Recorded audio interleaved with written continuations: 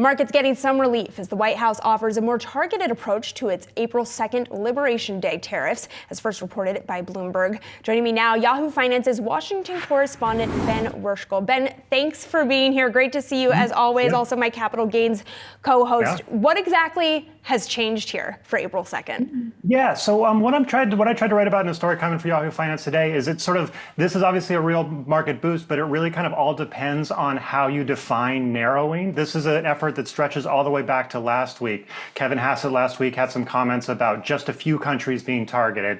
Scott Besson had an idea of the dirty 15% of nations that they're targeting. The problem here is that 15% or those just a few countries make up the vast majority of America's trading partners. Even the Trump administration released a federal notice back to start this whole process in February that noted they're looking at countries that make up 88% of America's trading partners. However, it's about 20 countries, but that represents basically the entirety of U.S.'s trading partners. So the question here is exactly whether they're going to narrow on those. And if you narrow it down to those, it's still sort of all U.S. trading, and there's still a signal that they're planning to do big duties on those countries when they come in. The other element of this in the reporting over the weekend is that sector-specific duties may be delayed, and that would be a big concession in terms of certain sectors like pharmaceuticals, semiconductors, things like that.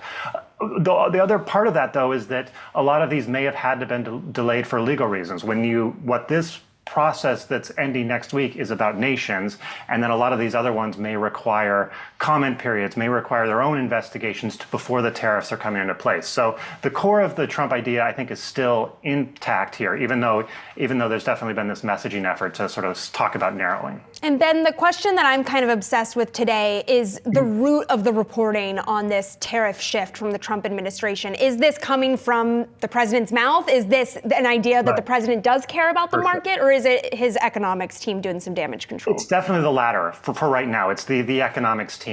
This is sort of a process that's been going on from this in response to these market jitters. This reciprocal day, this reciprocal tariff day. Trump has called it Liberation Day and sort of been all in on it. He did offer a little bit more market-friendly commentary on Friday, talking about he had some flexibility. He seemed to be talking about company-specific there, so it could be a good sign for specific sectors. I would also note, I think it is notable that he hasn't knocked down these reporting over the weekend yet, at least as of a couple minutes ago. This was not the case in previous ones. Anytime there was a headline that sort of suggested he was backing away from his tariff plans, he was quick to post that was wrong, fake news, blah, blah, blah, and that he has not done that yet. It could happen any minute, but that's notable here that he's not immediately reacting to the idea of a kind of narrowing idea, which markets clearly like. Yeah, and important for investors to not get over their skis on that reporting, it sounds like. He can undercut his aides really quickly, for certain. Absolutely, absolutely. Well, thank you as always for joining us, Ben. Really appreciate your insights and your reporting.